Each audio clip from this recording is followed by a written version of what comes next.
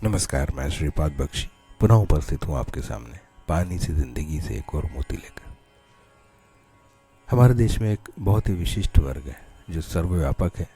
जहाँ नज़र दौड़ाएंगे आपको यही लोग भाग दौड़ करते नजर आएंगे, परेशान से दिखेंगे। उसका कारण भी यही है कि यही वर्ग है जो देश को आर्थिक रूप से मजबूत तो नहीं पर हाँ चलते रहने के लिए बहुत बड़ा सहयोग देता है, क्योंकि वह हर प्रकार का कर देता है, वह करदाता है।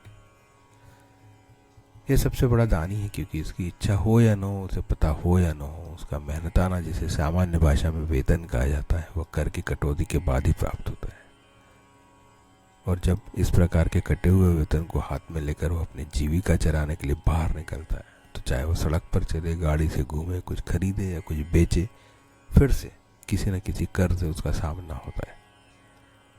पर इन जिन महानुभावों की हम बात कर रहे हैं, हमारे देश की कुल जनसंख्या का सिर्फ 4.8% है।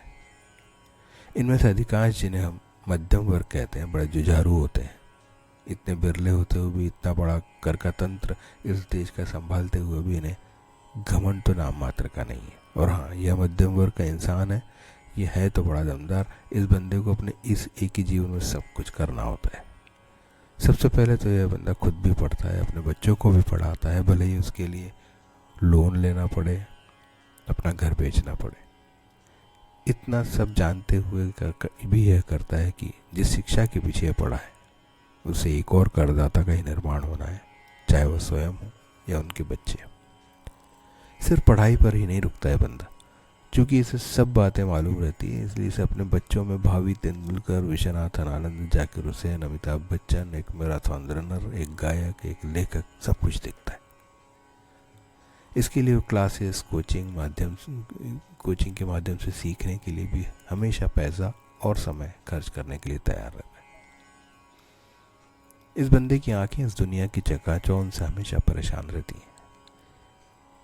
इसके पास मोबाइल, लैपटॉप, घड़ी, जो इस समय सबसे अधिक ट्रेंड में है, वही रहती हैं। और यदि ना हो तो उसको खरीदने की उधेड़-बुन रहती है। खुद का घर, खुद की गाड़ी, ब्रांडेड कपड़े और वे सारी वस्तुएं जो सामान्यतः प्राइम टाइम के समय आने वाले विज्ञापनों में दिखाई जाती हैं, या तो इनके उपयोग में रहती हैं या विश लिस्ट में। इनके बच्चों की शादी आजकल होटलों में होती है। इसका कारण यह नहीं कि इनके पास पैसा ज़्यादा है, पर अब शादी ब्याह में घर के काम कर सके ऐसा कोई इनके आसपास बचा ही नहीं।